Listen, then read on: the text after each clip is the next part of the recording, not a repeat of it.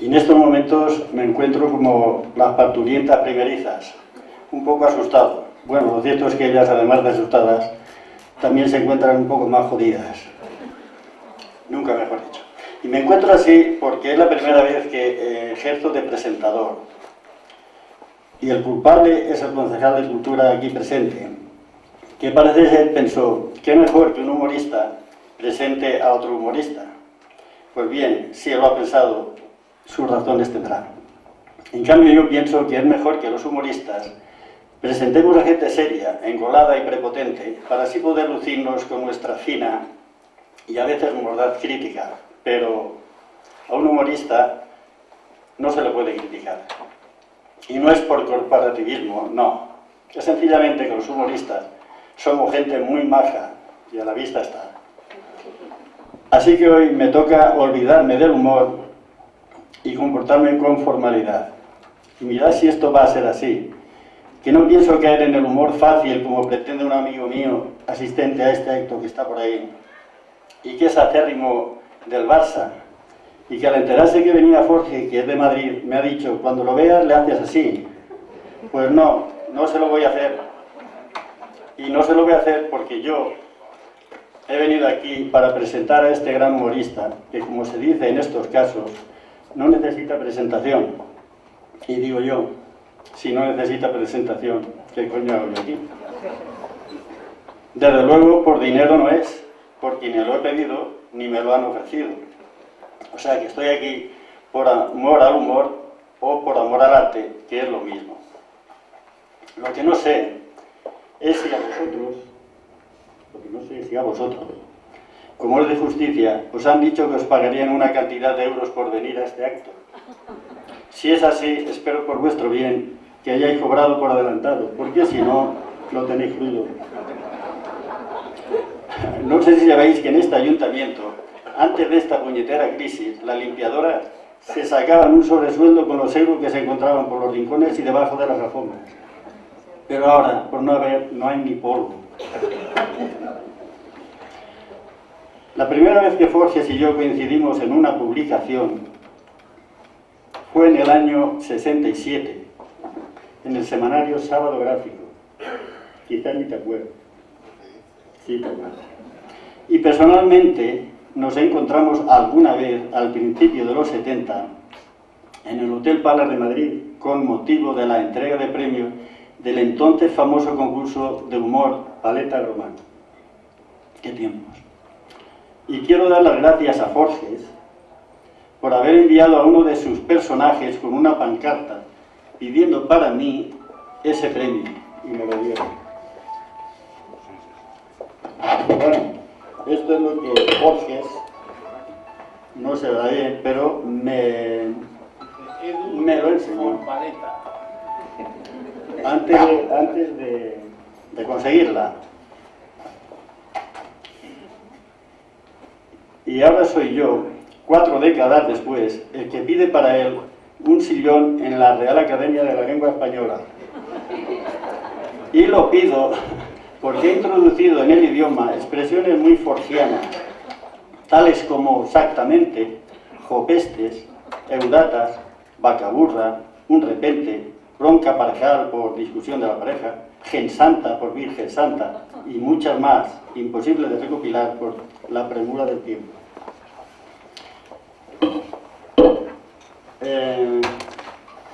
Bueno, he dicho que pedía yo el sillón, lo que él hizo conmigo con la paleta, pido yo para él un sillón en la Real. Ahí lo tengo. Espero que lo consiga lo mismo que yo conseguí la paleta. Bien.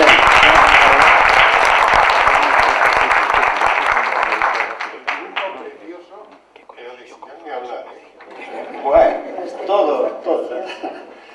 Bien, quiero confesar ante todos vosotros, o ustedes, que a mí Forges siempre me ha producido un sentimiento de envidia. Pero no de envidia sana, no, envidia. Porque yo, que siempre me he considerado mejor dibujante que él y mejor humorista que él, Llega el tío y con un dibujo sencillo y un vocabulario sencillo logra desde el principio colocarse en primera posición y ahí sigue. Eso solo lo consiguen los genios. Para que no penséis que lo ensalto en demasía, paso a leeros unos fragmentos de lo que dijo de él José Manuel Vilabella en el libro Los humoristas de 1975. Porque este señor sabe más que yo. Forges, ese señor con aire de empollón, de enorme cabeza de niño prodigio e ingenuidad franciscana, se encontró un buen día unas gafas mágicas para ver el mundo, para ver esta España nuestra. Esta España se refiere al 75, que era nuestra. Y día a día, semana a semana, nos cuenta lo que ve al resto de los españoles desde un diario y media docena de revistas. Forges, que oculta su enorme popularidad bajo el seudónimo de su verdadero nombre, nació en Madrid el 17 de enero de 1942 y publicó su primer dibujo en el diario Pueblo. De niño, el héroe de nuestra historia era un enfermito constante y pejiguero, que estudió con aprovechamiento bachillerato y ciencias sociales, y posteriormente ejerció el pluriempleo como la mayor parte de los españoles, hasta que a la edad de 25 años empezó a colaborar en el diario Informaciones y sin necesidad de ser torero, ni político, ni futbolista extranjero, ni artista de cine, se hizo en un periquete famoso y rico. ¿Cómo no le voy a tener envidia? Y es rico además. Que yo sepa, es el único humorista que se ha hecho rico. De todos los dibujantes españoles, es Forges el más prolífero y también el más popular, porque los personajes de sus chistes son precisamente los protagonistas de la vida española, disfrazados con enormes narices de vaca si se les mira de frente y en forma de porra si se les mira de perfil. Es curioso que desde el punto de vista técnicos, Forges adolezca de todos los vicios en que puede caer un humorista gráfico: dibujo deficiente, demasiadas palabras y monotonía en el tratamiento de los temas, y sin embargo el resultado obtenido no puede ser más brillante, porque él solito ha logrado lo que sesudos sociólogos y brillantes políticos no consiguieron durante siglos, y es unir a este pueblo anárquico, hermanando al intelectual de vanguardia con el menestral, al furibundo izquierdista dentro de un orden entonces, ahora ya, con el derechista de toda la vida, al colorado con el azul, al fu con el fa, y lograr que hagan algo en común al unísono, algo tan vital como reír unidos. Eso lo hacen los buenos humoristas. Bueno, también agradecerle a Pilar el venir a Petrel para presentar el libro La posguerra, vista por una particular y su marido, escrito por ella, lo que corrobora el dicho de que al lado de un gran hombre siempre hay una gran mujer. No sé si se vais a dar cuenta, mujeres, he dicho al lado, no detrás, como se solía decir. No he leído el libro y estoy deseando hacerlo, porque será con toda seguridad una lectura muy amena. Y para los que tenemos ya una cierta edad, nos ayudará a recordar sin acritud aquellos tiempos, y a los más jóvenes les ayudará a conocer que la vida no siempre fue tan fácil. Y a los que ahora las están pasando canutas, que aprendan de Pilar y dejen pasar el tiempo, porque el tiempo todo lo suaviza. Bien, y aprovecho la presencia del excelentísimo señor alcalde de la muy ilustre y leal villa de Pedrero, para pedirle que en el próximo pleno proponga dedicar una calle, avenida o plaza a este hombre, pues si en su día al tribuno, que yo sé lo que digo, pues si en su día al tribuno don Emilio Castelar, del cual el 90 y tantos por ciento de la población no tiene ni pajolera idea de quién fue, esto de pajolera es muy forciano. Si, como digo, a Castelar se le colocó una placa en la placeta de San Bonifacio y anteriormente una calle en el casco antiguo, con más razón se la merece él por haber hecho sonreír durante tantos años a tanta gente. Y nada más, bienvenidos a este pueblo tan necesitado en estos momentos como toda España de que alguien nos provoque una sonrisa. Y a ti, Pilar, desearte mucho éxito en este tu primer libro y que escribas muchas más. ¿Ya he terminado? ¿Podéis aplaudir?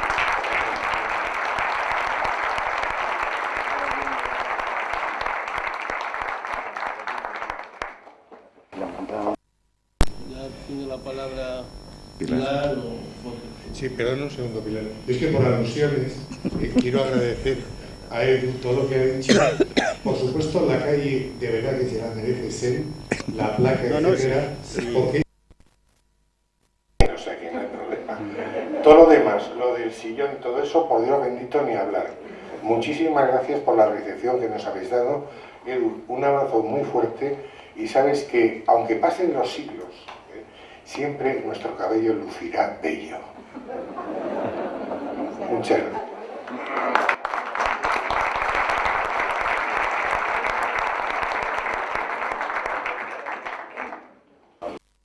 Yo por alusiones no, porque me han puesto la primera. Muchas gracias, lo primero, a todos por estar aquí con el frío, el día tan frío que hace. Muchísimas gracias al señor alcalde que me ha dado esta oportunidad, al concejal de Cultura, a todo el pueblo de Petrer y también, como no, a Edu, del cual soy admiradora desde niña.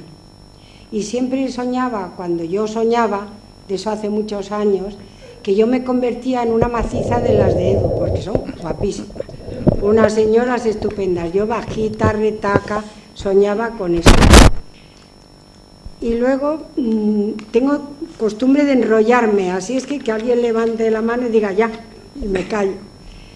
Quería, aparte de dar las gracias a todos otra vez, explicar un poco una síntesis del libro, y voy a ser muy corta. Y ya siempre lo cuento, y siempre cuento lo mismo porque es lo único que es la verdad. El libro es todo cierto, de principio a fin.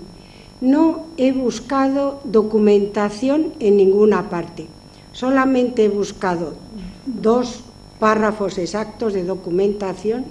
Uno es el punto de la falange que Franco quitó de en medio, que era uno que decía José Antonio sobre que no pactaremos, ese lo quitó, lo borró, y entonces cuando yo estudié los puntos de la falange, como estudiamos todos, pues ese no lo estudiamos y no me lo sabía, por lo cual tuve que buscar para poder escribirlo.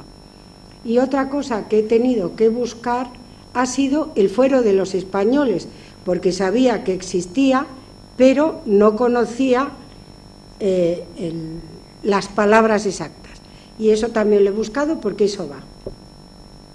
Pero así de cosas fundamentales tiene muy pocas, ¿eh? Es un libro de cómo hemos vivido, de cómo vivíamos en las casas normalmente, específicamente más en Madrid, porque antes lo decía a una chica periodista que nos ha hecho una entrevista encantadora, que en Madrid se vivió mucho tiempo muy mal, pues por la dificultad de los alimentos, no llegaban, se quedaban en muchos caminos y por los caminos. Y entonces allí duró mucho tiempo el hambre, duró mucho tiempo el frío, duró mucho tiempo la necesidad. Y esa necesidad es lo que yo cuento, es decir, el día a día, lo que hacíamos, cómo vivíamos, y las enfermedades, la salud, la religión, todo lo que hacíamos, lo que se vivía en las casas, desde la limpieza de lentejas hasta el parche Sor Virginia para el catarro, porque creo que son cosas que se van a perder, que se iban a perder. Me pareció que se perdía toda esa vida cotidiana, se perdía porque los sociólogos han hecho estudios profundísimos, los historiadores han contado toda la parte política o la irán contando, pero en lo que hacíamos todos los días, los novelistas han hecho novelas excelentes, pero siempre los novelistas idealizan. Yo he contado la realidad, nada más, y de eso va el libro. Voy a decir una cosa, por si les interesa, es bastante entretenido, ¿eh? Y se pasa bien. Y nada más, ya he presentado el libro, va de eso, de la posguerra, y lógicamente, estando casada con Antonio, pues no tuve más remedio que decirle, ¿y me lo ilustras? Y dijo, sí. Y claro, los dos hemos vivido lo mismo, y es lo que hemos vivido, él lo ha ilustrado con dibujos, que lo hace maravillosamente, y yo con palabras, que soy una primeriza, pero prometo para el siguiente mejorar. Muchísimas gracias a todos por este recibimiento, por esta llamada de que vengamos a presentar el libro, nos decía el alcalde que agradecido, y yo estoy agradecida de estar de rodillas, agradecidísima, una escritora novel, anciana, y que te inviten el alcalde y todos los concejales y todo un pueblo, me parece de ciencia ficción. Yo esto lo tengo que contar también. Bueno, aquí veis, por ejemplo, una de las ilustraciones del libro, que es un colmado, una tienda de ultramarinos de hace, pues eso, 60 años. Es muy curioso porque depende del lugar de España donde se presente este dibujo, la gente dice te falta, pero siempre son cosas distintas. Pues hay desde el papel matamoscas, aquel que se colgaba del techo y las moscas se quedaban prendidas, hasta pues aquellos sacos de garbanzos y de alubias, bonito, etcétera, pero claro, esto que da una sensación de abundancia absoluta. Se puede decir también que se compadece porque había una cosa que se llamaba la cuenta de la perra gorda. ¿Qué era la cuenta de la perra gorda? Que a lo mejor para comprar bacalao y que una familia pudiera comprar bacalao, había una libreta que llevaba el tendero donde ese bacalao se pagaba a razón de una perra gorda a la semana. Era uno de los ejemplos de las cosas que había. O sea, esto era inusual, toda esta cantidad de cosas, esas guindillas colgando, el rótulo de hoy no se fía, mañana sí, también era muy corriente.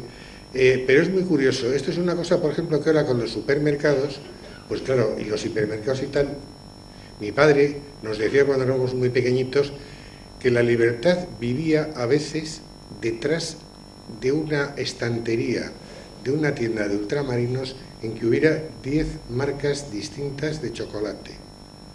O sea, que quería decir que cuando la vida llegara para arriba, pues entonces económicamente, acordémonos que hasta el año 57 no se recobró en España el nivel de vida del año 1935.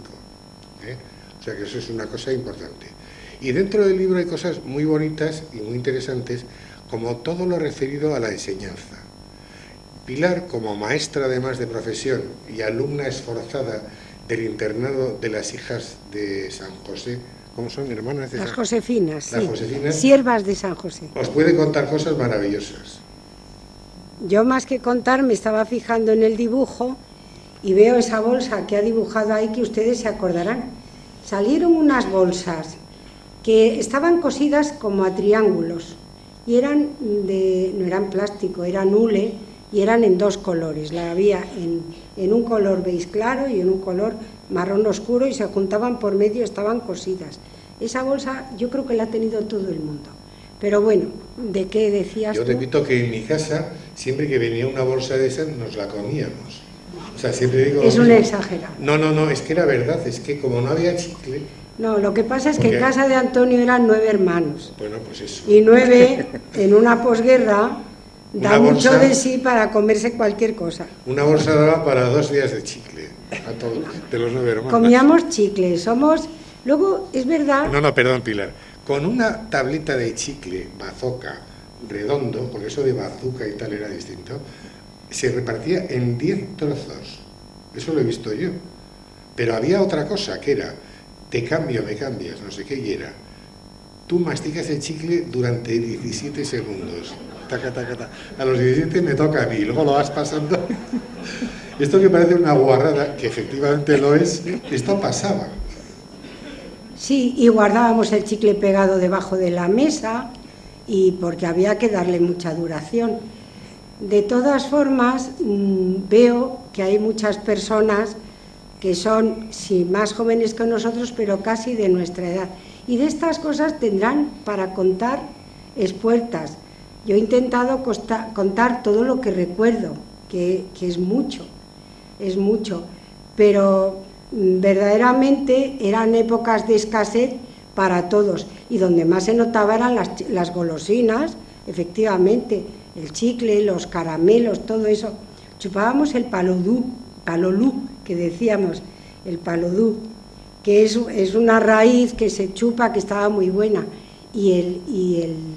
aquello que, las barritas de regaliz, que donde había algarrobas, y en Madrid también, las mojaban en algarroba y luego las chupaban. A mí es que las algarrobas nunca me han gustado, pero si no las hubiera chupado también. Precisamente el dibujo que hay ahora es lo que acaba de decir Pilar. Y esto fue para toda nuestra generación, en Madrid por lo menos, el primer ejemplo del latrocinio que en general algunos comerciantes desarrollan a lo largo de su profesión. Este cubilete grandioso, enorme, que estaba hecho con unos clavitos y unas maderas, en realidad en su interior tenía papel de periódico dentro. Por lo tanto, cuando los metían dentro de la bolsa de pipas y sacaban así y te lo echaban en un cucurucho, en vez de ese lujurioso tamaño, en realidad era una porquería lo que entraba. Entonces, aquello era absolutamente horrible. Bueno, ahora que me doy cuenta, Antonio es que vivía al lado de los Jerónimos, un barrio fantástico de Madrid, y era niño rico. El padre de Antonio era de los que había ganado la guerra y vivía mejor que yo, que la había perdido. Sí, pero entonces... pero tú no te comías las bolsas cuando venías no, a tu casa. pero el cubilete del pipero ladrón de mi infancia era de jugar al parchís, y en la mitad metía papel de periódico. Entonces era el cubilete así, nada de así de gordo, así chiquitito. 4 pipas nos caían, con mucha suerte. Mira, luego por ejemplo había, también te acuerdas, los chicos que éramos más valientes, guerreros, mitad monje y mitad soldados, que es lo que se nos pedía, cogíamos clavos y con cierta habilidad y valentía nos acercábamos a la vía del tranvía. Colocábamos los clavos, pasaba el tranvía, que pesaba muchísimo, y el clavo se quedaba convertido en una especie como de lanceta. Y con esa lanceta podíamos abrir el piñón, que era esto que tienen los árboles dentro de los pinos, dentro de las piñas. Digo el piñón porque tener 2 piñones era una maravilla ya para siempre jamás. Es que eres exagerado. Sí. No, los 9 hermanos marcan mucho. Pero os quiero decir con esto que había una tecnología que ya ha desaparecido absolutamente. Primero porque ya no hay tranvías prácticamente, y los que hay son de ruedas de goma y no se puede hacer esto. Y ahora, a lo mejor por €1, pues a lo mejor te dan 5 piñones, vete tú a saber, una cantidad inusual. No sé, yo cuento sí de los piñones y de todo eso, y que comíamos muchos piñones, porque entonces había, ahora no, ahora está prohibido cogerlos, y luego enseguida también. Pero eso, venga, sigue comentando, porque... No. La forma de ponerse un calcetín paterno heredado, ¿vale? Es que claro, vosotros los jóvenes no sabéis lo que era aquello. Aquello era una cosa tremenda. Yo, por ejemplo, cuando hice la mili, no voy a hablar más de la mili, yo el fusil que tenía era de 1892. Estábamos en 1964. Bueno, pues así era la ropa también. Había corbatas que no eran corbatas, eran chalinas de aquellas, como de tiempo de Becker y tal, porque aquello era tremendo, ¿no? Nosotros recibíamos ropa usada de Venezuela, donde teníamos familia, y aquella ropa usada te hacía que, por ejemplo, estaba ya tan destruido el traje que entonces se zurcía los bolsillos de las chaquetas masculinas, se zurcían en este lado, se le daba la vuelta a la tela, y entonces si mirabas fijamente aquí, veías que alguien llevaba el bolsillo zurcido y aquí zurcido el ojal también, ¿no? Lo de la ropa se hacían auténticos jeribeques, pero esto no es nada comparado con la ropa de ellas.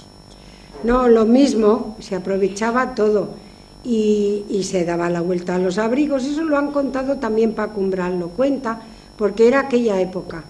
Y lo que yo de aquello quiero reseñar es la vida de una señora que conocí, que venía a casa a dar la vuelta a los abrigos y a arreglar la ropa en general, las sábanas, si había que hacer una pieza y cosas aquellas. Esta señora era viuda de un militar y se ganaba la vida cosiendo, y lo cuento en el libro.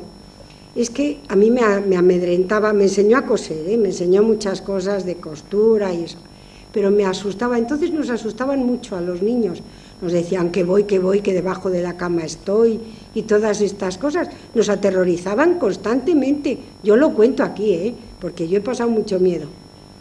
Y esta señora me decía, no, no, no, sí, mira, hay que aprovechar el hilo hasta la última, hasta que no se puede más, porque si tú tiras el hilo, los desperdicias, el demonio viene y los coge y hace una bola y luego te engancha, ¡pum!, y te lleva al infierno. Y entonces yo, horrorizada, tenía 6, 7 años, 5, 8, no sé, muy pequeña. Y entonces efectivamente tengo una fijación con el hilo que no veo y estoy ahí, no me lo como. Ella se lo comía, el trocito ese se lo comía. Pero bueno, efectivamente se aprovechaba, pero en las casas se aprovechaba todo. Ahora también, y debemos aprovechar todo, también. Pero hay, por ejemplo, una cosa de esto que cuenta Pilar. Había una canción romance que nos enseñaban a los niños pequeños, hablo 7, 8 años. La síntesis, una madrastra y su padre y su marido, ¿no? Tienen un hijo, pero no es hijo de la madrastra, por supuesto. Entonces es hijo del padre, pero no de la madre. El padre se va de caza y como la madrastra tiene muchísimos celos, lo mata al niño, lo guisa y se lo sirve al padre cuando vuelve de la caza. Mira que te gusta esa historia. Y solo os voy a decir una de las canciones, de un trozo de la canción, que yo recuerdo para siempre más amén, para jorobaros y que también os acordéis vosotros, como ya me he acordado desde entonces, que era: no me comas, padre mío, no me comas, padre mío, que la carne habló. Que soy tu hijo del alma, que soy tu hijo del alma. Habla la perola, se ven unos ojos, el padre la mata. No, sí, no, era acaba de él degollando a la madrastra. Sí. Vale, o sea, y era una cosa así para niños pequeños. Y lo de que voy, debajo de la cama estoy. Eso todos lo hemos vivido. Un cuento ¿a que que sí? se nos contaba antes de el dormirnos. El cuento aquel que nos contaba generalmente sale mi hermano mayor. Sale un muerto No, sale un muerto. Él está contado en el libro y les va a encantar, porque es que Antonio se lo inventa y luego lo recuenta y no es igual. Mira, aquí había los juegos, por ejemplo. Pero ese era más antiguo que no, ese era tuyo. Yo no había nacido. Perdona, el Don Nicanor tocando el tambor. Que no, hombre, si eso es del siglo XIX. Tecnología imperial, vamos. Pero esto eso se es del siglo XIX. soplaba por el canutillo ese y luego tirabas así y tocaba el tambor y hacía Esto era la gran. No, la gran pero eso era maravilla. muy antiguo. De nuestra época es la carraca, que por cierto no hablo en Semana Santa. Las carracas aquellas que nos compraban, la familia nos compraba una carraca. Eran unos descerebrados porque estábamos... A nosotros nos gustaba mucho. Yo ahora no compraría una carraca jamás. Porque estaba rica.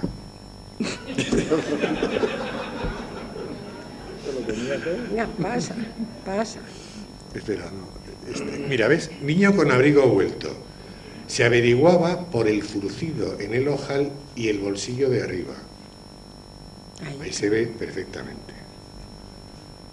Y luego, recuerdos imperecederos. Claro, por la calle, Pilar vivía en un barrio muy céntrico de Madrid, se veían cosas increíbles. Cuenta. Yo vivía en Arenal 4, al ladito, ahora es un hotel para turistas, muy pijón, se llama Le Petit Palais. Pero cuenta lo de yo vivía también las pompas fúnebres. Ahí, bueno, eso me parece que lo cuento en el libro también.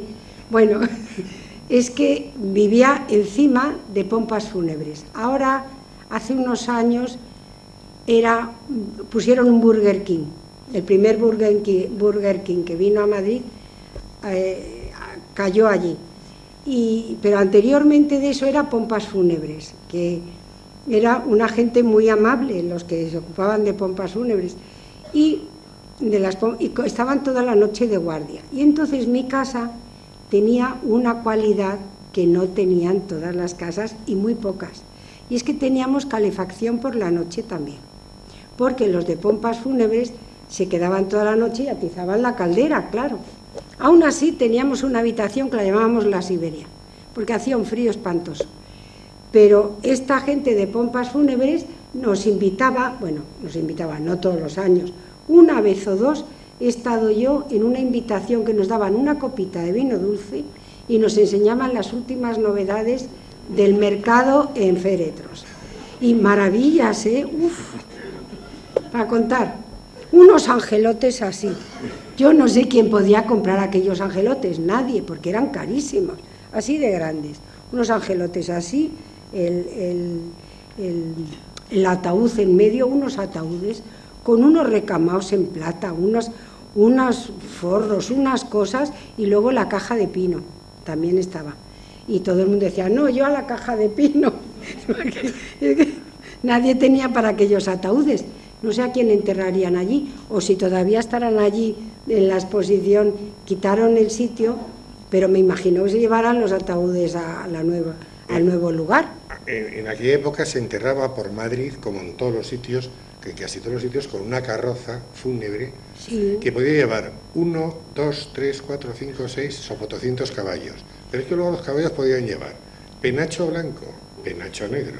Penacho negro generalmente. Gualdrapas en general por todo el cuerpo plateadas, de metal, de latón, de bronce, de lo que fuera. Luego el carro podía tener las ruedas recubiertas de recamado. Sí, bronce, pero ahora etcétera. También, ahora hay mucho lujo en algunos Sí, pero entierros. no lo de los caballos y tal. Que además No, en Madrid, porque ahora ya no los hacen caballos falta. de los entierros eran generalmente los de las corridas de toros que hacían de picadores. O sea, fijaos que 2 trabajos los pobres caballos. No, yo lo cuento. Entonces en Madrid había mucho caballo. La policía iba, eso no lo he puesto, pero es verdad. La policía iba a caballo eran las cartas credenciales, que eso sí que cuento, porque pasaban por delante de mi casa. Y iban elegantísimos los de la Guardia Mora de Franco. Iban muy elegantes.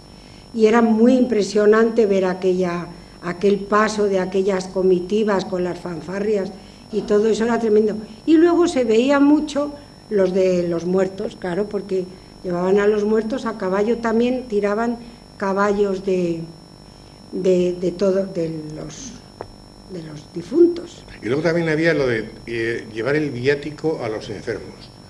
Cuando alguien se estaba muriendo, pues entonces salía el párroco de la correspondiente parroquia, sí, un arcipreste, lo que fuera, y revestido de pontifical y acompañado de 2 monaguillos, uno generalmente con una cruz y el otro tocando la campanilla, iban al domicilio del enfermo.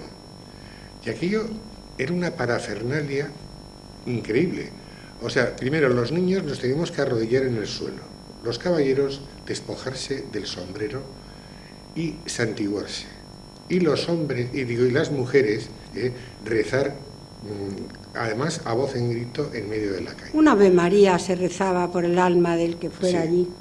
Para que os hagáis... y una frase, y que nos esperen muchos años. Eso era matemático. Pero claro, era una cosa increíble el hecho de ver, por ejemplo, pasar un entierro y, como en una película de Berlanga, ver a todos los caballeros despojándose del sombrero, porque en aquella época había que llevar sombrero, hasta el punto de que había anuncios en la prensa que decía: los rojos no llevaban sombrero, sombreros brave, como dando a entender, o te compras que te fueras a comprar lo que fuera. Y siempre cosas absolutamente inconcebibles. Una dictadura, lo principal que tiene, aparte de la coacción a la libertad y muchas cosas así gordísimas, filosóficamente hablando, el natural es la estupidez elevada al cubo. Por ejemplo, aquí hay personas de nuestra quinta que probablemente se acordarán, en Madrid, pleno verano, un caballero no podía ir con camisa, corbata y la chaqueta, es como debería ir. Si hacía un calor de narices, te quitabas la chaqueta y venía un guardia municipal, te ponía una multa de 5 pesetas y encima te tenías que poner la chaqueta. O sea, inconcebible. Luego tú te quitabas la corbata, si te quitabas la corbata y tirabas la chaqueta a una alcantarilla, no pasaba nada, porque podías ir con camisa, pero la corbata había que llevar chaqueta encima. Eso enseguida, cuando empezaron a venir los americanos, que además empezaron a venir y a entrar en todas partes en pantalón corto, se acabó enseguida lo de la chaqueta y todo eso. Sí, los americanos llegaron los primeros, que llegaron a toda España, me imagino, pero a Madrid, al estar, no sé si por Torrejón o qué, esos venían en pantalón corto y querían ir en pantalón corto desde la mañana hasta la noche. Se metían en los mejores hoteles, en los mejores restaurantes, con pantalón corto. Empezaron a decirles: señor, perdón, disculpe, vaya usted a ponerse un pantalón largo, a vestirse. pero vieron que se iban y no volvían y se acabó el tema. Allí todo el mundo en pantalón corto y ya está, como debe ser. Antonio, estamos dando una brasa impresionante. Lo único que creo que a lo mejor alguien más tiene algo que decir, o quizás sería mejor que ustedes nos preguntaran. Después de preguntas. Pues es... Esto es el hombre del saco. Era el carbonero. El carbonero iba en las ciudades, en los pueblos no, porque se utilizaba la leña del campo, pero iba cargando y subía hasta arriba, ¿no? Y el pobre hombre llevaba un saco a lo mejor de 60 kilos y luego se cubría con otro saco abierto, ¿no? Y era terrible, sobre todo para los niños pequeños, porque era, teóricamente podía ser muy bien el hombre del saco. Entonces, fijaos, en aquella época, cómo cambió España solamente por una cosa que es el butano. El butano fue una revolución prodigiosa. De las múltiples cosas que se hacían en aquella época, yo tengo un recuerdo imborrable del lavar la ropa en el barreño con la tabla de lavar. Eso era una cosa que a mí nunca se me olvidará, aquel fruce. Y en las bañeras, sobre todo en las bañeras, porque era donde lavaban la ropa, sí, eso también lo cuento, pero es que eso se ha vivido en todas partes, en toda España, no es específico de Madrid, eso y casi todo lo que contamos. Pero es que no es lo mismo lavar en un río o en un lavadero municipal que lavar en una pina.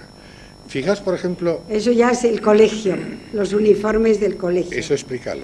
Los uniformes de gimnasia. Pues nada, eran así.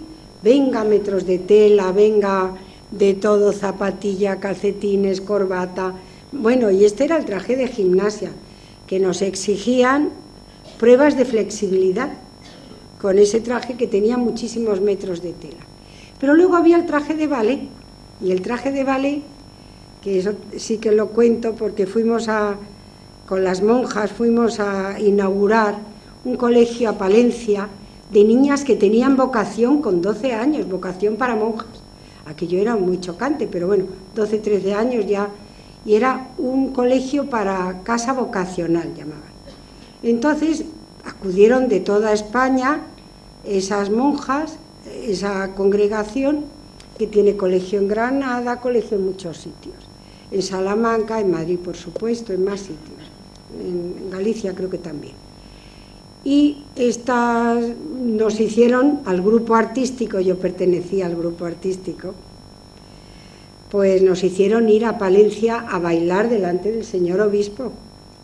Y fuimos en un tren, todo lleno de soldados, llenos de relojes desde aquí hasta aquí, por aquí detrás, por aquí. Llevaban relojes que traían de África, venían de África, un olor. Bueno, lo pasamos divinamente, porque aquello, cuando llegó el frío de verdad, lo cuento en este sitio, en el importante nudo ferroviario que estudiábamos todos, que era Medina del Campo, importante nudo ferroviario, pues allí ya era de noche, un frío, entonces ya en los capotes nos arrebujábamos y todo eso. Y fuimos a bailar, y entonces los trajecitos de ballet tenían una manguita, pero para que no resultaran indecorosos, nos sustituyeron de allí hasta aquí con unos volantes de tul, porque normalmente el ballet lo hacíamos con tarlatana que almidonábamos con engrudo, pero para esa ocasión nos pusieron unos tules. Como los tules se transparentaban, debajo llevábamos la combinación normal y corriente, o sea que estábamos monísimas. Y ya éramos mayorcitas, ¿eh? Yo iba de perla. Bueno, esto es una cosa que había, que esto ya claro ha desaparecido para siempre jamás, ¿no? Bueno, perdona, es que iba a decir, iba de perla porque era el poema ese era un rey que tenía un palacio de diamantes y todo eso, y había la perla, la pluma, la flor, y yo era la perla. ¿Y cómo? Pero el traje, la falda esa del ballet, ¿por dónde llegaba? La falda, pues por los tobillos. Ah, vale. Pero la combinación por la rodilla, no importaba, bueno. No importaba. En aquella época había una cosa que se llamaba los pobres del, que casi era un día de la semana distinto. Estos eran los pobres del sábado. Esto era en el Espinar, y venían todos con su saco para los mendrugos de pan y el cazo para las monedas.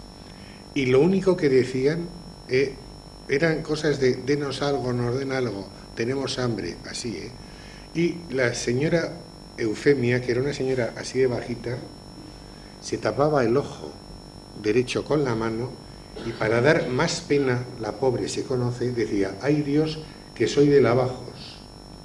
¿Vale? Lavajos era un pueblo que estaba a 12 kilómetros del Espinar y aquello era una epopeya poder llegar a este sitio, ¿no? Y ya os digo, no cantaban, no rezaban y solo pedían algo por caridad. Esto es una cosa terrible. Y que yo creo, personalmente creo que esta pobreza extrema, por ejemplo, en Valencia no la había y en los pueblos no la había. Porque en ese pueblo sí, en el Espinar, decía Antonio que iban de otros pueblos más pequeños. Castilla es muy dura y la tierra da muy poco y era, creo que por lo menos allí siempre estábamos al acecho. Yo tenía una tía que era estupenda, mi tía Pilar, que se pasaba la vida al acecho de conocer a alguien de pueblo que nos pudiera procurar algo. Porque de pueblo, me refiero no de pueblo del centro de España, que allí había mucha escasez, sino de la periferia, bien Andalucía, bien de la zona de Galicia, Cataluña, o del País Vasco, de Cataluña y de Valencia, no digamos.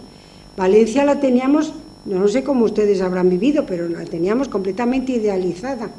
Aquí había buen pescado, aquí había buena fruta, aquí había buenas verduras, y Murciano, y te cuento, la huerta murciana, es que eso, soñábamos con eso. Allí es que fue mucho más duro, yo creo, que en el resto, sin quitarle méritos a nadie. No quiero quitar méritos. Bueno, esto es una cosa que algún chico de cierta edad sabrá lo que es, una radio galena. Bueno, era una cosa algo tan simple como ahora es un transistor de estos pequeñitos, que todo un iPod de estos, lo que sea, lo tiene. Aquí era un trozo de mineral de galena que se pinchaba con un clavo. Se conectaban unos auriculares y se oía la radio. Imaginaos lo que es coger el pedrusco, meterse en la cama por la noche cuando los mayores estaban haciendo sus cenas y lo que fuera, y nosotros ahí escuchando la radio. Una maravilla. De esto se pasó luego a la radio convencional y luego, que era esto, la radio convencional, pensábamos que dentro de la radio las luces de las lámparas eran ciudades extraordinarias de la época de Flash. Siempre ha tenido mucha imaginación desde chiquitito, ¿eh? Yo no imaginaba nada, tú sí sigue. Bueno, pues yo pinto aquí a Pilar imaginándoselo. Pues yo nada, cero patatero. Bueno, pero yo sé más de esto que tú, porque yo te dibujo, por algo lo habré dibujado. Bueno, el hecho es que, como veis, habitualmente, siempre, esto suele suceder, esto se llama informática, ¿vale? La has pichado, perdón. Ahora, a ver, dice, escape. Nada. Es que como es un soñador, se cree que va a poder hacer todo así de un tirón y cosas de esas, que pues qué sí, va. Bueno, el hecho es que la radio supuso un avance extraordinario para todos nosotros. Era una ventana abierta a una cosa existente que era, por ejemplo, Gila. El fenómeno de Gila, o el fenómeno de Pepe Iglesias, el Zorro, cuando se oía en la SER la música de Sueños de Brooklyn, que era aquella de ta ta ta tarara, tarararara, con ustedes Miguel Gila, toda España, absolutamente toda España, se quedaba en suspenso escuchando a Miguel Gila. La televisión también fue muy importante, pero la radio muchísimo más. La televisión tuvo la ventaja de que igualó muchísimo, sociológicamente hablando, a la sociedad española. Ya no se podía distinguir quién era de pueblo, quién no era de pueblo. Más o menos el traje era prácticamente el mismo. Normalmente estas cosas, que luego investigan los sociólogos y tal, demuestran cosas muy curiosas. Ahora las televisiones están volviendo a poner la caspa y la boina que la televisión antiguamente quitó a toda la sociedad. Es una opinión. Nada, yo insisto en que casi prefiero que nos pregunten lo que quieran. No sé cómo andamos de tiempo ni nada. Es que tengo costumbre de enrollarme y estoy un poco nerviosa pensando que si me enrollo les voy a aburrir muchísimo. Vamos bien el tiempo, pues, ¿Vamos bien? Si quieres, y pasamos luego. De todas formas, es que no sé qué más hablar. Empezamos ya el turno de preguntas. Hay un micrófono en la sala y por favor, quien quiera realizar alguna pregunta que levante. Es que no es cosa de contarles todo el libro, porque eso es un rollo. Voy a romper yo el fuego, ¿te parece? Porque antes en la rueda de prensa has dicho, Pilar, que series como El amor en... Sí, esta que estamos viendo ahora, tienes razón. No recoge la realidad de... No recoge la realidad de la posguerra ni de broma. Además, no solamente no la recoge, sino que la repatea, porque es todo mentira. Ponen unas casas, ya no digo ahora que ya estamos en el año 54, es que la veo, yo la veo, reconozco que es una hora en que o veo eso o qué hago, pues veo eso. Y como es de la posguerra y tal, pues siempre me interesa. Y yo no sé si alguien de aquí la ha visto, recordará esas manteles, esa gente con unos manteles bordados, pero gente como un inspector de policía, que vivían malísimamente, que tenían poquísimo dinero, que eran una gente verdaderamente necesitada, y ponen un mantel, unos croissants, una jarra de zumo de naranja, que el otro día, con unas señoras amigas mías, una de ellas precisamente de aquí, de la provincia de Alicante, se escandalizaba, y una señora rica, se escandalizaba porque decía, pero si la jarra de zumo de naranja, no es que no lo hubiera naranja, se comía a lo mejor una naranja, pero el zumo de naranja como tal jarra es una cosa recientísima, no tiene nada que ver con lo antiguo.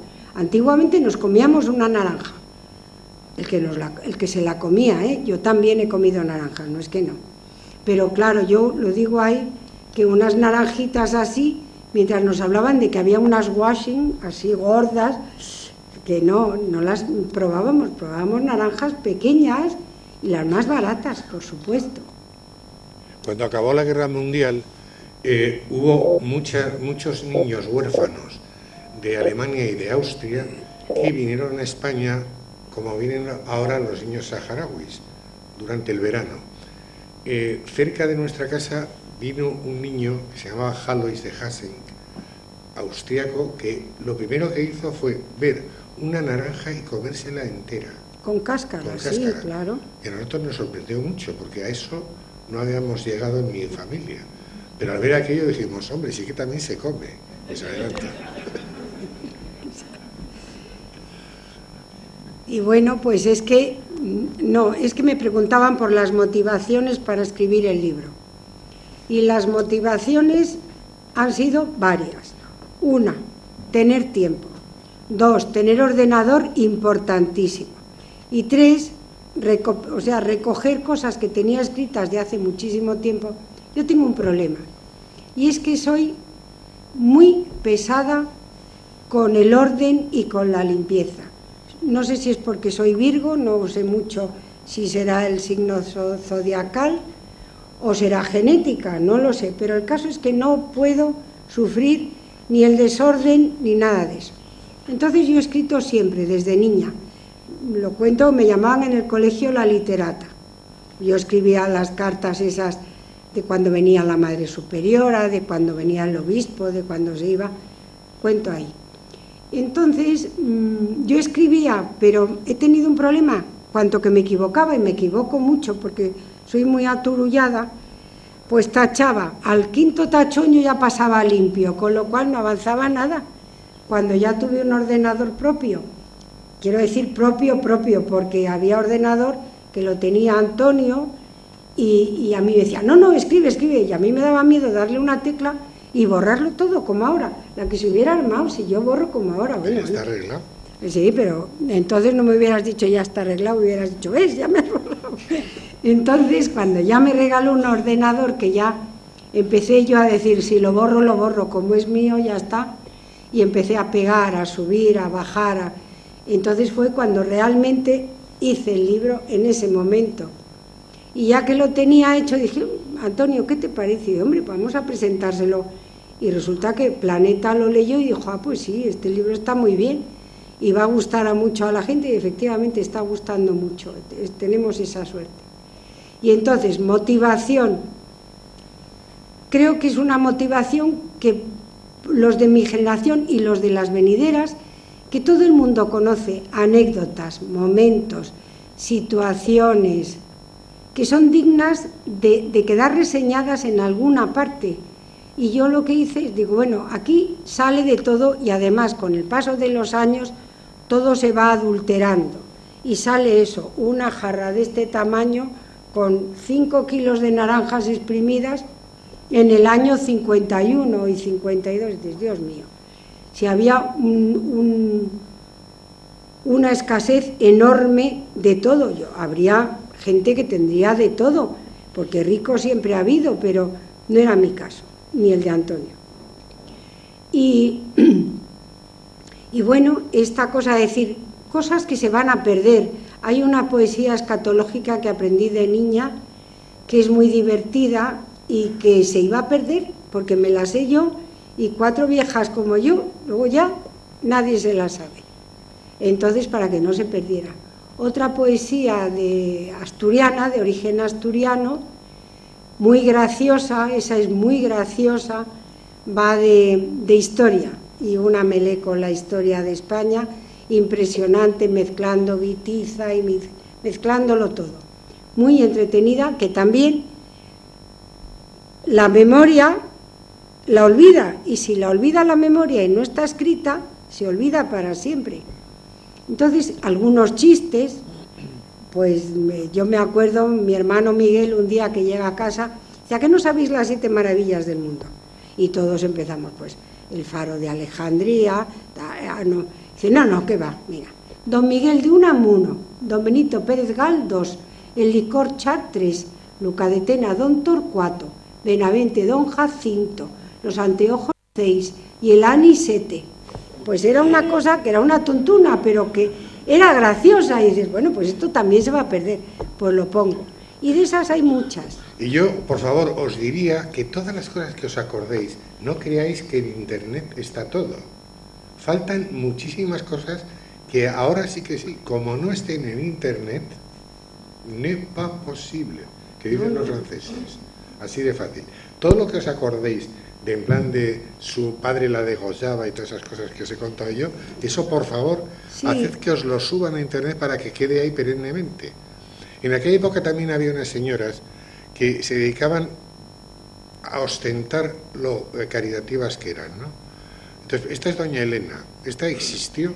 Doña Elena, delante de las menesterosas del pueblo, soltaba un duro gordísimo, que era una moneda así de gorda, que sonaba muchísimo en el cepillo, cloc, que era un duro de Franco, más que nada para decir, fíjate qué cielo me estoy ganando. Otra forma de estafa de la época. Cuenta, ese es posterior, ¿eh? Ese ya es de los años 50, 60. Eso lo hemos vivido ya todos, ¿eh? Hasta los más jóvenes casi. Que es ese bocadillo que te ponían en el escaparate, un bocadillo impúdico, enseñando todo el jamón, y era todo. Dentro no había nada, estaba el pan. Y entonces yo lo encuentro de una impudicia y de una desvergüenza total. Y bueno, pues eso me ha molestado mucho a mí. Es que a mí el engaño en general me molesta. Y nada más. Del bocadillo no vamos a seguir hablando porque... Bueno, esto es un invento... Todavía lo hacen en algunos sitios. Esto es un invento propio de chico de la época. Se convence a un carpintero amigo para que después de darle la brasa continuamente, por favor Manolo, haznoslo, por favor Manolo, haznoslo, por favor Manolo, así continuamente, recortaba en tablero de contrachapado la forma de una metralleta. Y luego, por cada lado de la metralleta de madera se colocaban 3 pistolas de pinza. Se cargaban con piedras, generalmente porque si eran alubias no las comíamos, y con las cuerdas podías disparar una ráfaga de 6 piedras o de una en una. O sea que era una maravilla. Es que era muy aficionado a todos los inventos. Eso lo hemos tenido todos, ¿eh? También. El mechero este de la mecha amarilla lo hemos tenido todos. Y en los años 70, que hubo como una vuelta enorme, que también lo cuento, que se puso muy de moda los rescatadores de la cultura, y todo eso, los rescatadores de la cultura, se sabía que éramos muchos, rescatadores de la cultura popular, en que llevábamos un poncho, por supuesto peruano, de donde fuera, y usábamos mechero de ese de mecha como los abuelillos de los pueblos. Eso se puso muy de moda, y ya eran los 70, 80, ¿eh? Y también Yo se ponía, desde luego lo he usado. Sí, y también se ponía, luego ya ponías en casa un trillo, por ejemplo, También. El yugo, ya los pudientes, un yugo de bueyes, y ya la escacharración de Espronceda era una plancha de aquellas que había para planchar con De carbón hierro, dentro, pero decorada. pero decorada con un forro de terciopelo y cintas Y con doradas dibujos y tal. y Y eso eran los rescatadores de la cultura popular. Pero vamos, que eso, de aquí hay un montón de rescatadores como nosotros, ¿eh? Y luego venía un día a la semana venía una santera que venía vestida con un hábito del santo que traía, ¿no? Entonces cogía, dejaba el santo allí, se ponía en un lugar eminente de la casa y al día siguiente volvía a recogerlo. Pero tú mientras, la familia, tenía que haber metido un óvulo donativoso, Sí, se daba en una dinero, rajita se que había en echaba una un hucha, dinerito. ¿no? Esto era muy típico. Pero eso ha durado mucho. Sí. Yo creo que todavía hay, yo no sé aquí, pero en Castilla sí hay pueblos donde todavía lo hacen. Aquí también. Sí, seguro que sí. Esto se sigue haciendo. Y luego, por ejemplo, cuando se muere Manolete, pues en los periódicos lo leímos. Yo era muy pequeñito, yo tenía 5 años, pero es que sí yo soy mayor que Antonio, ¿eh? Yo sabía leer, lo sé, a los 5 años, porque leí cómo se murió Manolete, lo cual me impresionó mucho. Tendría 6 porque yo tengo 2 más que tú y yo tenía 8. Bueno, esto No, es lo que de... se quita años también. No, yo no. Esto es una cosa muy importante, ¿no? Esa diferencia en la mili que hablábamos, del analfabetismo, pues por ejemplo, hemos estado hablando antes de que cuando yo hice la mili había aproximadamente las 3/4 partes de una batería de artillería eran analfabetos. Yo la hice en el 64. El señor alcalde, que es bastante más joven que yo, ya tenía menos personas analfabetas dentro de su compañía, pero a la vez se produjo un fenómeno muy curioso que era lo de la estatura media, ¿no? En 15 años, de golpe y porrazo, se subieron casi 40 centímetros de altura, que es una burrada tremenda. Eso es una cosa que también hay que tener en cuenta porque la alimentación estaba empezando a funcionar de otra manera, ¿no? El biscúter. Todos hemos visto un biscúter, yo no me he subido nunca, ¿eh? No, porque esto era de ricos. Pero el En mi biscúter, casa había un biscúter, era buenísimo. Había un biscúter en la puerta de mi casa y nosotros le mordíamos las puertas, pero no había manera. No, quiero decir que esto es muy divertido porque pesaba 250 kilos y no tenía marcha atrás. Entonces te bajabas del coche, yo lo veía hacer, ¿eh? Cogían de detrás el coche, lo levantaban y entonces ya lo ponían y echaban para atrás. Sitio, se aparcaban. Y el freno era una palanca articulada que era como la pata de una cigüeña, que hacía clas, y valía la bonita cifra de 25.000 pesetas. Sabiendo que el sueldo de un funcionario del Estado en la época eran 333 pesetas mensuales, fijaos qué burrada de precio era lo que costaba aquello. Pero bueno, hubo muy pocos biscúter. Enseguida salió el 600 y eso sí, ahí ya entró la gente. Yo no lo tuve tampoco, ni Antonio tampoco, pero ya mucha gente compró el 600 y la Vespa y todo eso. Peinados, bueno, eso pásalo porque es verdad que antiguamente la gente se peinaba con más personalidad, ¿eh? Hombres y mujeres, sobre todo las mujeres. Bueno, ahora vas a una peluquería y casi sabes a qué peluquería vas porque cuando salen las cabezas todas salen iguales, todas. Dices, pero bueno, no, es que como se lleva el pelo largo todo el mundo, ala, que se lleva corto, todo el mundo corto.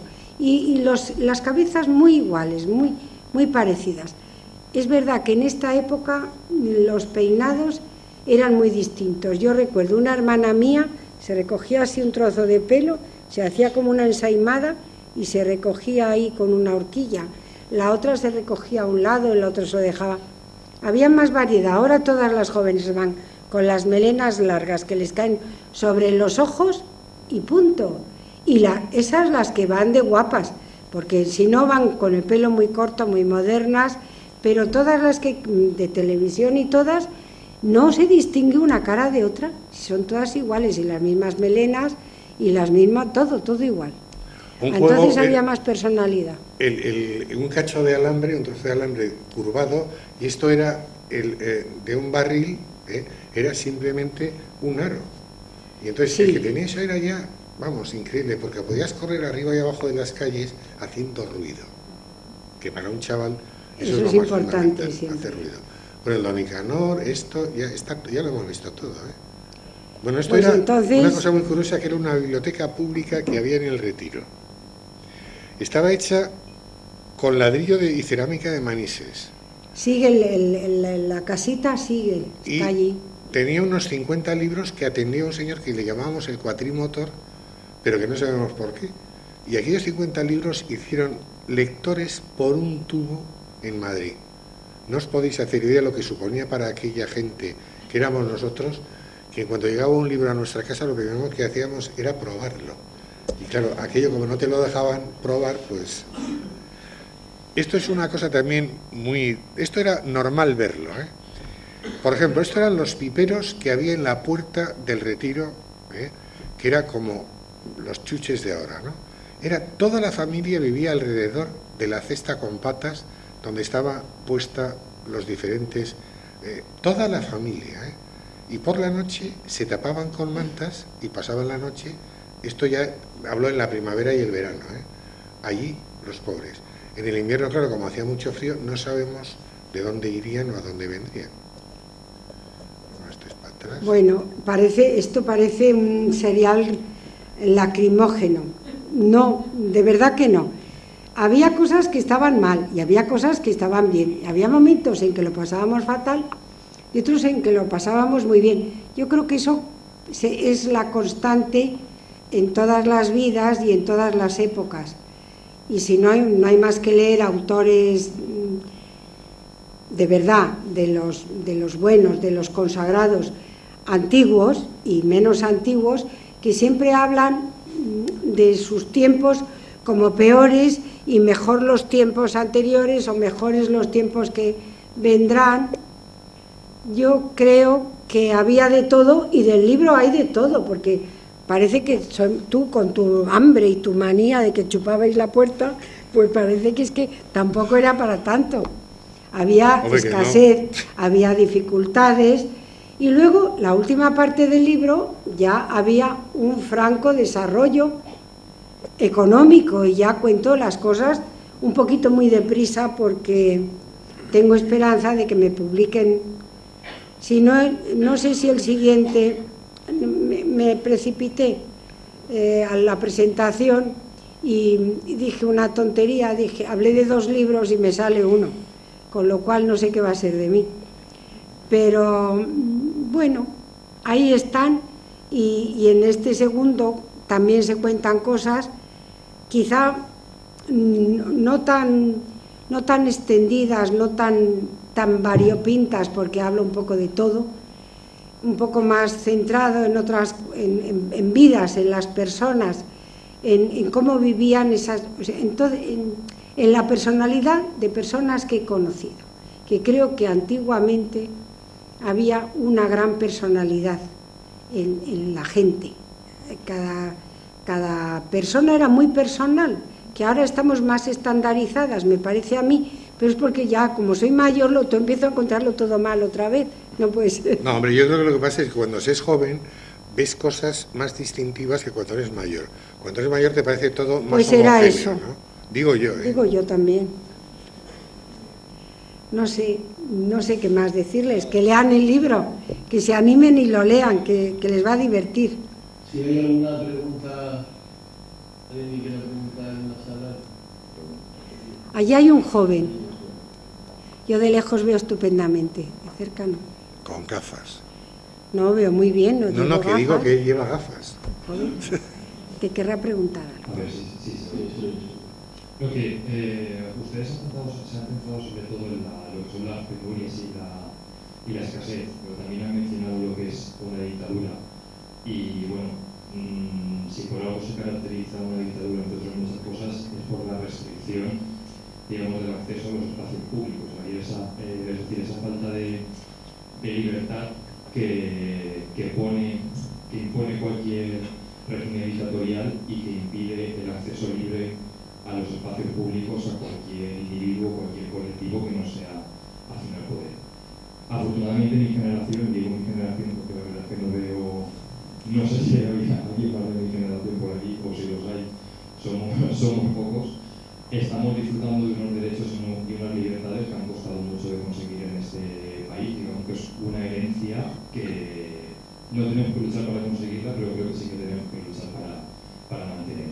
Ustedes que tienen ya tanta experiencia vital, a jóvenes como yo, ¿qué nos recomendarían que hagamos?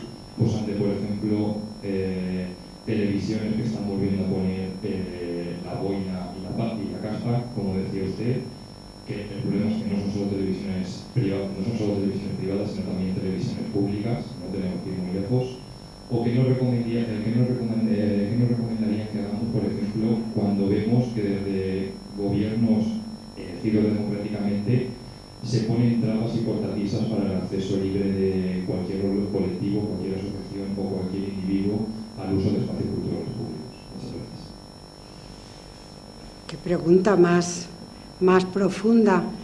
Yo diría que a los jóvenes una cosa, hay mucho por hacer, no está todo hecho ni muchísimo menos. Hemos dado una gran avanzada, no solamente las personas mayores, estas otras personas que no son tan mayores como nosotros, que son más jóvenes, pero tenéis que seguir empujando. Los jóvenes sois el futuro y tenemos puestos las esperanzas en vosotros. Y además es que siempre va a ser, el tiempo siempre es distinto y las generaciones que lo vivimos somos distintas y hacemos cosas distintas, pero luego en conjunto todo lo que se hace, o casi todo, vale. Y entonces, una cosa importante es que tú y otros jóvenes como tú tengáis inquietudes por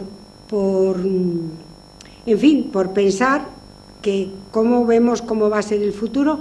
Creo que bueno, cuando se habla de los jóvenes sale mucho el joven que sale en televisiones públicas que es medio descerebrado, que habla mal, o salen enseguida las malas noticias, es que son las noticias, porque creo que las buenas no son noticias.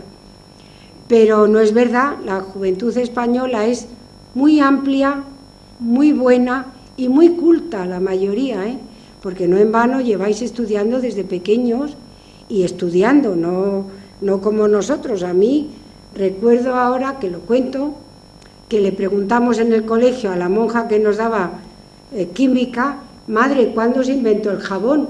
Y nos dijo: ¿cuándo va a ser, hija mía? Cuando Jesucristo lavó los pies a los discípulos. Pues con ese bagaje íbamos mal y hemos llegado hasta aquí. Vosotros que lleváis otro bagaje y que sabéis la fórmula del jabón porque la habéis estudiado sin religión adjunta, sin esa otra mediatización, pues llegaréis mucho más lejos. Y hasta ahora no va mal. Tenemos dificultades, hay problemas, pero la libertad es grande y eso es lo más importante. ¿Cómo vivimos la falta de libertad? Mal, luchando por conseguirla, metiéndonos en manifestaciones, en sindicatos, en cosas, en amas de casa, en cosas para abrir un poco los horizontes, todo lo que podíamos. Unas veces salían las cosas bien y otras veces salían mal. Yo tuve un amigo mío que le pegaban unas palizas tremendas en la Dirección General de Seguridad y acabó suicidándose, no sino porque le salió un tumor. Yo no sé si le salió, ya lo tendría. Entonces, mi resumen, que ahora hablará Antonio, que estáis haciendo las cosas bien los jóvenes, la mayoría, siempre hay una minoría, pero la ha habido siempre, y en todos los regímenes, en todos los niveles, y en todos los estratos sociales. Hay una minoría que hace las cosas mal, de abajo y de arriba. Los ricos también hacen muchas cosas mal y tienen unos hijos muy tontos. Y entonces, de todo hay, y que tenéis mucho por delante. Y ahora di tú lo que pienses, porque si te dejo, a sus órdenes. no callo. No, yo solo te diría que existiendo una cosa como esta y una cosa que se llama impresora, no hay posibilidad que ningún sistema de poder político pueda autorizar, permitir una tontería, una estupidez o a lo mejor una falta de información. Así de fácil. Yo lo que creo es que esto es un arma revolucionaria. Ahora mismo nadie puede decir, yo soy un poeta, pero es que no me entiende nadie. No. Ahora puedes imprimir lo que te dé la gana y lo puedes regalar en la calle, cosa que antes no se puede hacer ni eso. Yo creo que hay otra cosa que es muy importante, que es que la libertad se conquista todos los días. O sea, todos los días hay que votar, a ver si se nos mete en la cabeza. No es una vez cada 4 años, ni cada 2 años a los alcaldes o 2, o los que sean, No, da igual, 4. El Senado, todo. No, es todos los días hay que votar. Votar es una forma de optar. Y todos los días hay que luchar por lo que uno cree que debe ser la sociedad. Y ya está, así de fácil. Solo hay un límite, la violencia. Todo lo que esté antes de la violencia es superválido. Todo lo que esté a partir de la violencia es dictadura y fascismo. Así de fácil.